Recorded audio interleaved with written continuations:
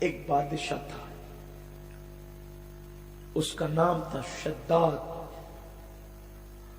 وہ بھی ظالم بادشاہ شداد۔ اس نے اللہ کے نبی کی زبان سے جنت کا ذکر سن کر اس نے اللہ کے نبی کے مقابلے میں جنت بنائی تھی، بہت بڑا شہر آباد کیا تھا، اور اس نے سونے کے محل بسائے تھے، سونے کے محل بنوائے تھے، اور نہروں پر اس نے جنت کا ذکر سن کر جواہرات لگوائے تھے، نہروں کے کنارے پر ہر چیز، درخت لگوائے، پھل آگے درختوں میں، نہروں کے کنارے پر اس نے جو وہ موتی اور جواہرات لگوائے، زمین پر کنکر اور سنگریزے بچھانے کی بجائے اس نے آبدار موتی بچھائے۔ بھئی کسی کمرے میں آبدار موتی بچھانا آسان ہے، پورے شہر میں آبدار موتی، کنکروں کی بجائے پورا شہر سونے کے محل سے آباد، نہروں کو جواہرات لگائے، اتنا سب کچھ کیا۔ اور اتنا سب کچھ کرنے کے بعد لیکن جب اس نے ظلم کیا، لوگوں پہ ظلم کیا، مسلمانوں پہ ظلم کیا، اور لوگوں کو بتانا چاہا کہ میرے پاس اتنی دولت ہے کہ میں نے شہر میں پتھروں کو بچھانے کی بجائے، سنگریزوں کو بچھانے کی بجائے آبدار موتی بچھائیں، اس نے اپنی دولت پر گھمنڈ کیا، غرور کیا، اس نے تکبر کیا، تو اللہ تبارک و تعالیٰ نے پھر کیا کیا؟ جب وہ جا رہا تھا، بس ایک منزل کا فاصلہ تھا اس کے اور اس جنت اور اس کے خود ساختہ جنت کے درمیان اور اس کے درمیان، اللہ تبارک و تعالیٰ نے بجلی کی کڑک بھیجی اور اس کو اور اس کے پورے ساتھیوں کو ہلاک کر دیا، تباہ کر دیا۔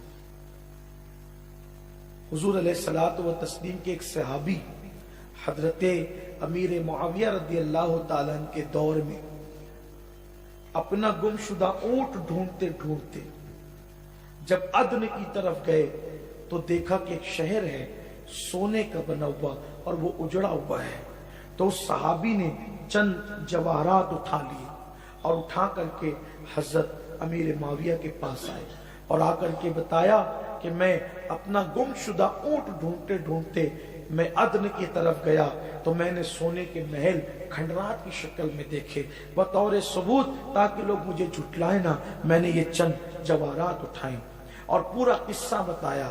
تو حضرت امیر معاویہ رضی اللہ تعالیٰ عنہ نے حضرت کعب احبار کو بلایا اور کعب احبار کو بلا کر کے کہا، اے کعب، کیا تم آسمانی کتابوں میں کہیں پر کوئی سونے کے محل والے شہر کی داستان پڑھتے ہو؟ تو انہوں نے کہا، اے امیر معاویہ رضی اللہ تعالیٰ عنہ، حضور علیہ السلام کا ایک صحابی ہوگا جس کا قد چھوٹا ہوگا، اس کی چھوٹی چھوٹی آنکھیں ہوگی اور اس کے بھووں کے پاس ایک مسا ہوگا، وہ شخص اس شداد کی جنت تک پہنچے گا اور چند جواہرات وہاں سے اٹھا کر کے لائے گا۔ بس یہ بات ہو ہی نہیں تھی کہ اتنے میں وہ صحابی چلے آئے کہ اللہ کی عزت کی قسم، جس کا ذکر میں نے کیا یہی شخص ہے جو شداد کی جنت تک کے پہنچے گا۔ حضرت امیر معاویہ نے کہا، یہ پہنچ کر آ چکا۔ قصہ واقعہ بتانا مقصد یہ ہے کہ جب قومیں ظلم کرتی ہے تو اللہ تعالیٰ ان پر ظالم حکمراں مسلط کرتا ہے، لیکن پھر ظالم حکمراں اس وقت قدرت ہلاک کر دیتی ہے جب قوم توبہ کر کے اللہ کی طرف رجوع کرتی ہے۔ دنیا بھر میں جو کچھ ہو رہا ہے، مسلمان بھی تو کوئی کم ظلم نہیں کر رہا ہے، اپنے گناہ کر کے وہ اپنے آپ پہ ظلم کر رہا ہے۔ میں سمجھتا ہوں کہ کون سا ایسا گناہ ہے جو ہمارے اندر موجود ہے؟ آج ضرورت اس بات کی کہ مسلمان اپنی اصلاح کرے۔ ہم نے رسول اللہ کی پیروی کرنے کی بجائے ہیرو کو آئیڈیل بنایا، ہم نے حلال کھانے کی بجائے حرام پیٹ میں بھرا۔ میں سمجھتا ہوں مسلمان کو پتا ہے کہ حلال کیا ہے اور حرام کیا ہے، لیکن مال کی محبت میں ہم جتنا حرام کھا رہے ہیں شاید ہی کوئی قوم کھائے۔ حلال و حرام کی تمیز ہمارے یہاں تھی، کہاں پر وہ تقوی اور پرہیزگاری کہ مسلمان پیٹ پہ پتھر باندھتے تھے لیکن حرام کی طرف نہیں بڑھتے تھے۔ آج وہ دیانت داری رہ گئی ہے؟ نہیں ہے۔ داڑیاں خوبصورت ہے، ٹوپیاں خوبصورت ہے، لیکن حلال و حرام کا فرق کہاں ہے؟ امانت داری کہاں ہے؟ امانت رکھ کے دیکھیے وہ کتنا خوبصورت سا واقعہ ہے کہ مسلمان کیسے تھے مسلمان اور آج کیسے؟ میں کسی مسلمان خطیب، ولی، عالم، امام کا واقعہ نہیں بیان کر رہا ہوں، ایک مسلمان عام تاجر، بزنس مین، اس کا واقعہ بیان کر رہا ہوں۔ عام مسلمان کیسے تھے؟ کپڑے کے بیوپاری تھے، وہ ایک شخص مسلمان تھے، کپڑے کے بیوپاری تھے، ان کے یہاں سے کپڑے بکتے تھے۔ ایک قافلہ جا رہا تھا، اس قافلے کے اندر ایک یہودی تھا۔ اس دور میں جو قافلے جاتے تھے تو اس میں مسلمان، غیر مسلم سب ایک ساتھ سفر کرتے تھے۔ ایک یہودی تھا، دکان پہ آیا، بغداد کی زمین ہے، آنے کے بعد اس نے پیسے دیے اور ایک پورا تھان خریدا۔ توجہ سے سننا میری بات، دھیان سے سننا۔ حالات کب بدلیں گے؟ قرآن کیا کہہ رہا ہے دیکھو، ان اللہ لا یغیر ما بقوم حتی یغیر ما بانفسہم، کہ اللہ قوم کی حالت کو اس وقت تک نہیں بدلتا۔ یہ نہیں کہا جب تک قوم اپنی حالت نہ بدلے، نہیں، اللہ قوم کی حالت کو اس وقت تک نہیں بدلتا جب تک کہ تم اپنی حالت کو نہ بدلو۔ انفسہم کا ادھر قوم کا ذکر کیا، یہاں پر ذات کا ذکر کیا۔ پتا چلا ہر مسلمان اپنے آپ کو خود بدلنے کی کوشش کرے، میں بدل جاؤں، قوم کے حالات خود بخود بدل جائے۔ میں بدلوں، پہلے میں بدلوں، ہم خود بدلیں۔ نعرے بازی کوئی حل نہیں ہے اپنے مسائل کا، امت کے مسائل کا حل پوسٹر بازی نہیں ہے، امت کے مسائل کا حل جذباتی تقریریں نہیں ہے، امت کے مسائل کا حل جو ہے وہ رسوماتی تقریریں نہیں ہیں، امت کے مسائل کا حل کسی کے جذبات سے کھیلنا نہیں ہے، امت کے مسائل کا حل لوگوں کے جذبات پہ سیاسی روٹیاں سیکنا نہیں ہے، امت کے مسائل کا حل کل بھی رجوع اللہ اور اپنے آپ کو بدلنا تھا اور آج بھی اپنے آپ کو بدلنا ہے۔ کوئی اپنے آپ کو بدلنا ہی نہیں چاہتا، سب کہتے ہیں تم بدلو اور تم بدلو اور تم، یہ سب کھیل تماشا بند کرو، ہم اپنے آپ کو پہلے بدلیں۔ کہاں ہے دین؟ دین کس کے پاس اور کتنا ہے؟ لوگ نعرے کے لیے جمع ہوتے، عمل کے لیے کیوں جمع نہیں ہوتے؟ لوگ نعروں کے لیے جمع، عمل کے لیے کیوں جمع نہیں ہوتے؟ جتنے نعرے کے لیے جمع ہوتے ہیں اس سے چند فیصد عمل کے لیے جمع ہو کر دیکھیں، پھر انقلاب دیکھیے، پھر تبدیلی دیکھیے۔ قوم کو بدلنے کی ضرورت ہے۔ تو اختصار کے ساتھ میں یہ بات تذکر، بغداد کی زمین ہے، یہودی پیسے دیتا ہے، پورا تھان خریدتا ہے۔ مالک دکان گیا ہوا تھا نماز کے لیے، اپنے نوکر کو بٹھا کے کیا ہوا تھا، ہر دور کی بات ہے، نوکر اپنے مالک کی خوشی کے لیے بہت کچھ کرتا ہے، وہاں بھی ایسے ہی تھا۔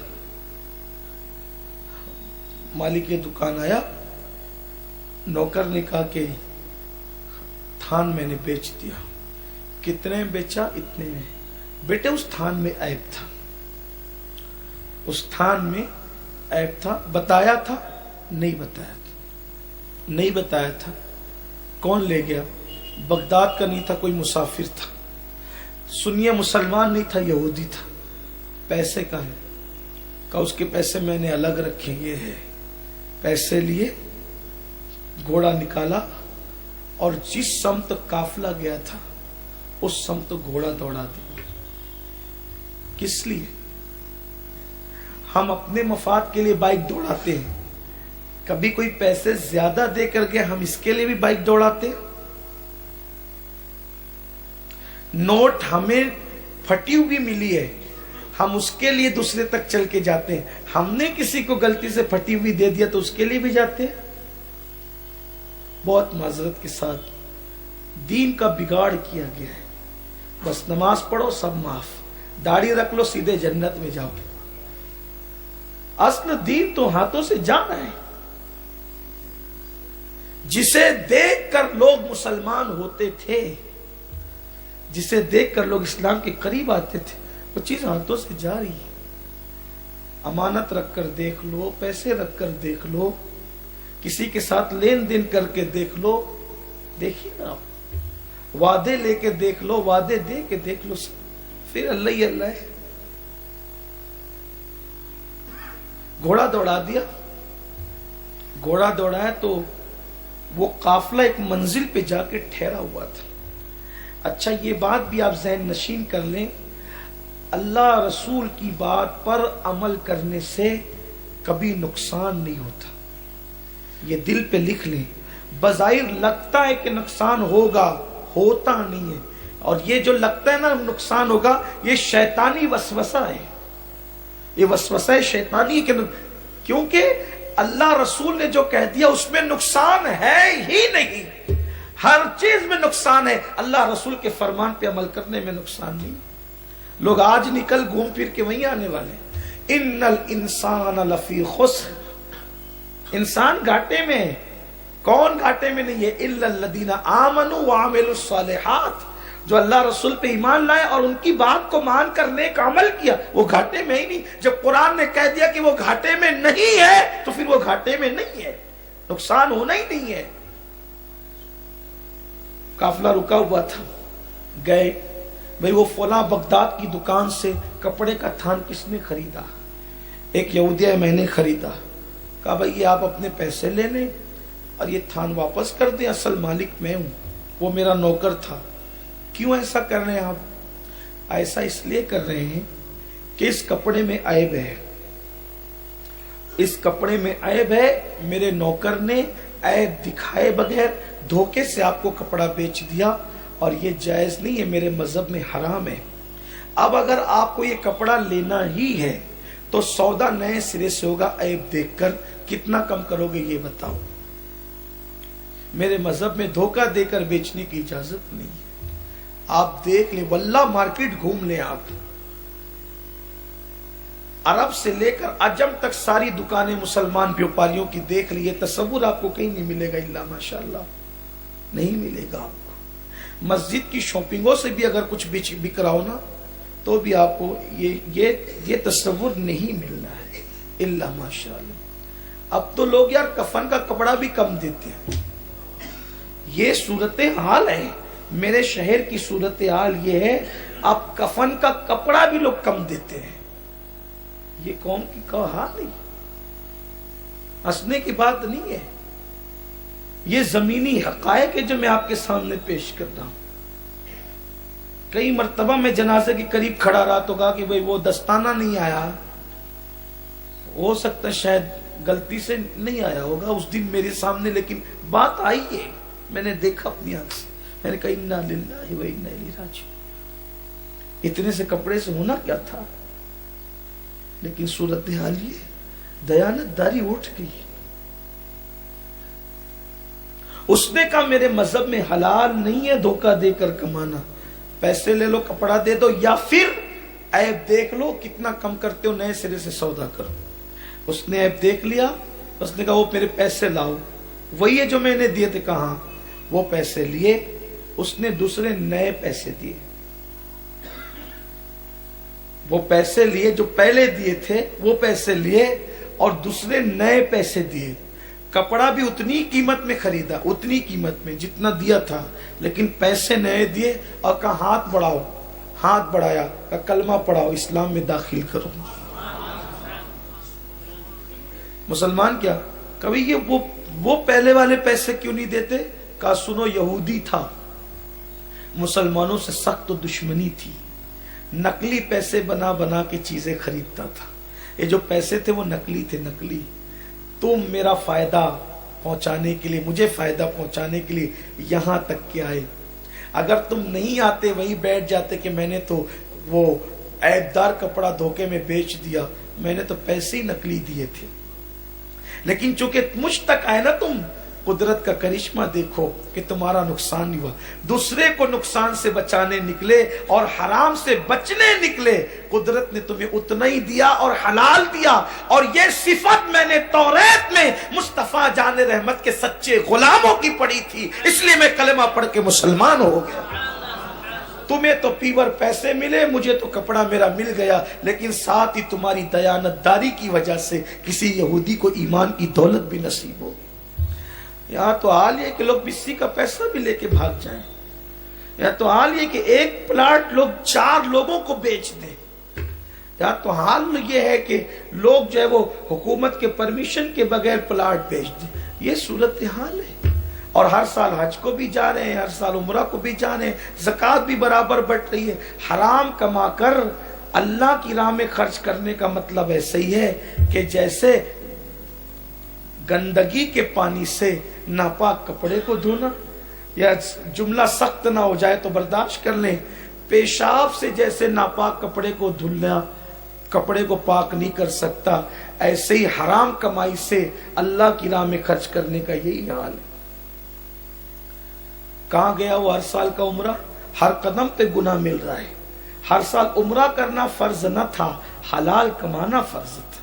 ہر سال حج کرنا فرض نہ تھا، حلال کمانا فرض تھا۔ اللہ کہتے ہیں مولانا اب نہیں ہوتا ایسا، اگر اب نہیں ہوتا تو سرکار غوث الاعظم دستگیر نے کیا، غریب نواز نے کیا،